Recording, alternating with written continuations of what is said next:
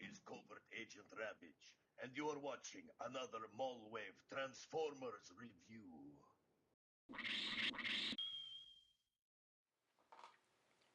Hey everybody, Malwave here with another Transformers video review.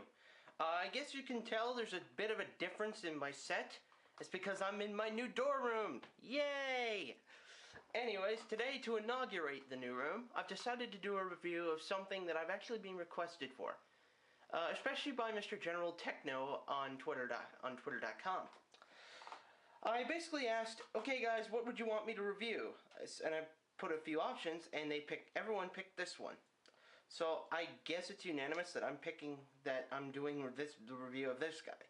So ladies and gentlemen, it's time for the video review of Beast Machines Beast Changer, otherwise known as Savage Noble.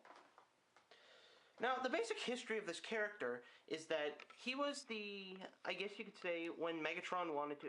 Oh yeah, by the way, haha, I have a zoom feature. I don't need to worry about moving the toy in and out. But anyways, the basic storyline for Savage Noble is that in order for Megatron to become completely Cybertronian again with no organics, he had to conduct an experiment. This experiment ejected all of his dragon, dinosaur, etc. DNA and organic material and turned him completely into a robot again. Savage Noble is the result of this. Now, it's obvious of this mode. This is his, what I call the vehicle mode. It's his dragon mode. And to be perfectly honest, I say this is probably... Whoa. Sorry, I'm trying to get my notes a bit closer so I can read them. The toy itself, there are a few things about it that I do like. That is one of them that I don't. It's limited posability, but I'll get to that. The dragon mode I've always considered as the weaker mode, for obvious reasons you will see later. And it kind of... I can see what they were going with the Megatron idea with him being ejected from Megatron. He's grotesque. This guy he has 2 legs and a tail. Hey, that's a better shot right there. He's got an opening mouth. It's a bit tough. It's the upper jaw that moves. So he's got an opening mouth, no eyes. He's got some giant wings. And he's got some nice posability. He's got some pretty weak posability in the arms. Again, we'll cover that when we talk about articulation, as this is also present in his robot mode. Otherwise, I will say he's incredibly screen accurate to what was put onto the Beast Machines cartoons. The only problem is that he suffers with a lot of gaps. You've got the gap here, you've got the gap here. If you look underneath, you can see something else. He's got huge gap between the tail. Like, there was no way they could... This is as far... If you guys think I'm not pulling it far enough, trust me, unless I turn it this way, that's as far as it's going. So that's a huge gap there. Because it looks like it's supposed to be one tail. Underneath... I guess not much else. It's a good mode. I'm not gonna really knock it too much. I'm giving a tiny bit of leniency because the Beast Machines line is considered one of the poorer lines in the series. So I'm gonna give it a 20 out of 25. Now, I'm not saying that the mode is horrible. I'm just saying that this mode leaves a lot to be desired. There are a few things about it that I just wish they could have done. Some things, like, for example, the tail being completely attached to each other. But other than that, it's a nice average vehicle mode. I'm sure kids will still have fun with it regardless. And it's also a slightly dragon-esque dragon thing. So, without any further ado, let's get on to the transformation sequence.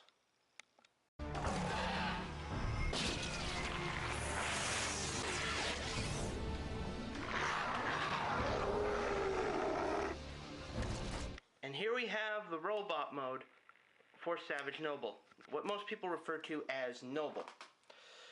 Now, and just for a mental note, obviously you can tell who the dragon was supposed to be. Now, this is the main reason why I bought this toy. I love this character in the show, especially since he was voiced by David Kaye. How can you go wrong with that? Come on. I know at least one friend who the second she heard David Kaye, she'd start squealing like a little girl.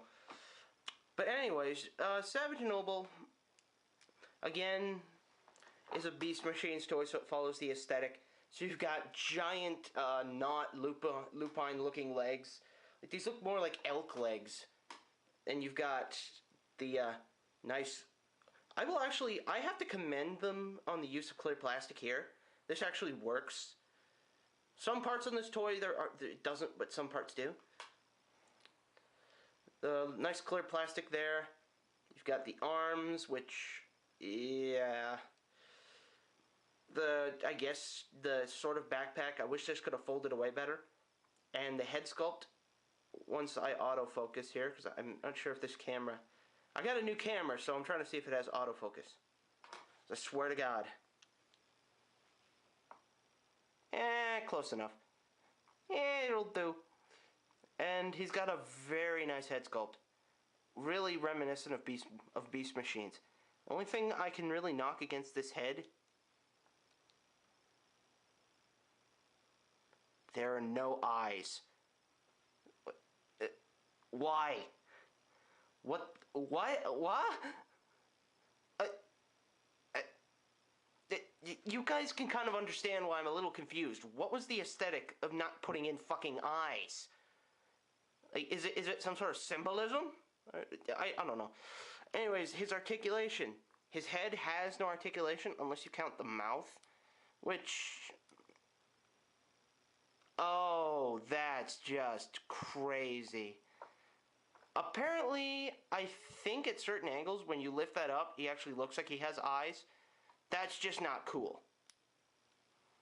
If that was the intent, I swear to God, Hasbro. His ears do kind of...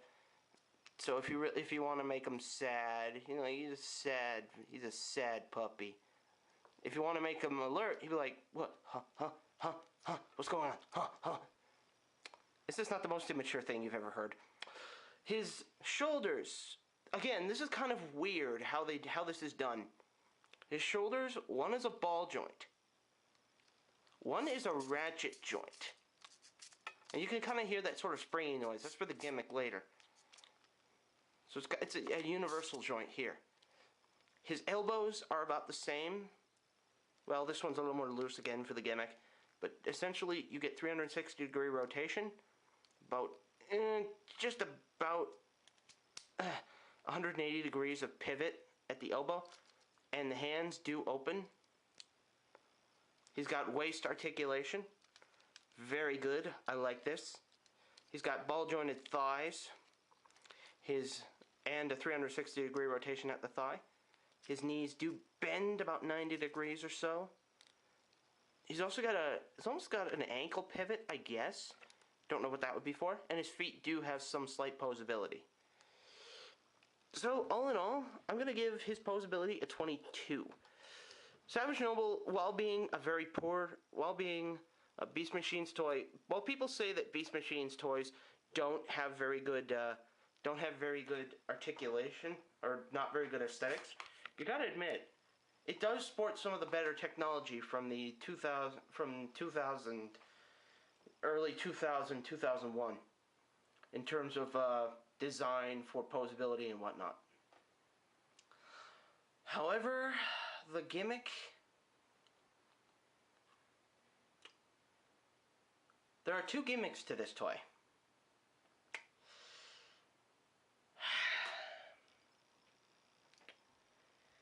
And neither save it. The first are the wings. Now, these are the same wings from Savage. They have these little pegs. Jeez, even he doesn't want to do this. And there are these little tabs. There's little holes here. You just peg these in. And there's his first gimmick, Winged Wolf Mode. Oh. Yeah, not as impressive. It's cool looking, but it's not very impressive. The other gimmick, though, this one's even worse. This is gotta be the stupidest gimmick I've ever seen since the Deluxe Optimus Prime push a button and I spin around like a fucking moron attack. Alright, basically, in order to do this gimmick, you fold this open. There's a little thing at the back, and you pull it up. I wish my room had better lighting. Come on. Yeah, you can tell it's a little stubborn. Okay, once you get that up, you basically pull this up, and then release this button. You release this little thing down.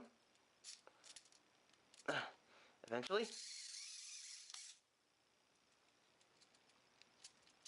And if you leave the button off, it'll just continue to do that every time you pull this thing up at the back. Now, it wouldn't be... There we go. The first part of this gimmick is it's so damn hard to do. But basically, you let it go. Impressive! Yeah, it's completely fucking stupid. I'm sorry. There's no point to it. It's not even a coherent gimmick. It doesn't even make sense. Like, what does it do? What is it? I don't even know what it's supposed to be. It doesn't make sense to me. Oh. Alright, 1 second, guys. Just gonna flick on the light. There we go, that's a bit better. And probably the sun will come back out and say, no, your lighting is not good now. But just for the sheer stupidity of his gimmicks, I'm giving him a 13. Savage Noble, I love the toy. It's just, I hate the gimmicks of it. The wrist is stupid. It's not even it's pointless. What does it even do? What does it even contribute? Nothing. Nothing. Nada.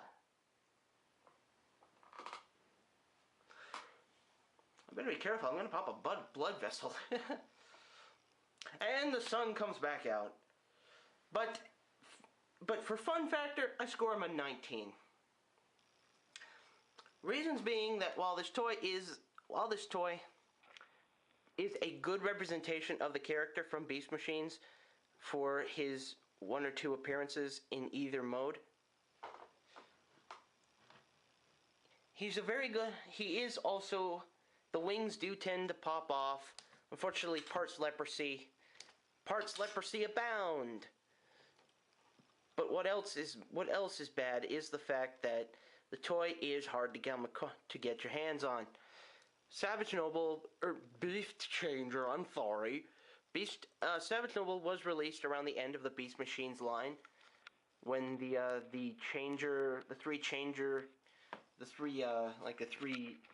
whatever these guys were. Like, there was Cheetah, and then another one, and then Beast Changer. Seriously, Beast Changer?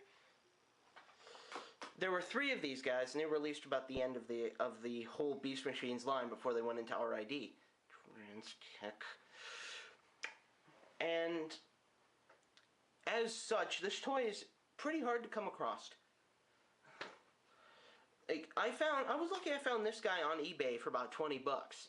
I bought him, like, he was on eBay for at least a few months while I saved up the money, and no one bought him. So that means that either A, no one wanted him, or B, no one saw him. Regardless, though, I will give this total toy a total score of 74 out of 100. It's still a very good score for a toy. There are some very key points I like about it. The fact that it's the vehicle, the dress, Noble looks really cool. Savage looks pretty cool. The articulation is good. He's got some good points in fun factor. And the best part is, this is probably one of the few Beast Machines toys I like. I've owned 2. And the first one I hated. This one I would be happy to hang on to. So until next time, this is Malwave with Beast Machines Savage Noble, signing out until next time. See everyone!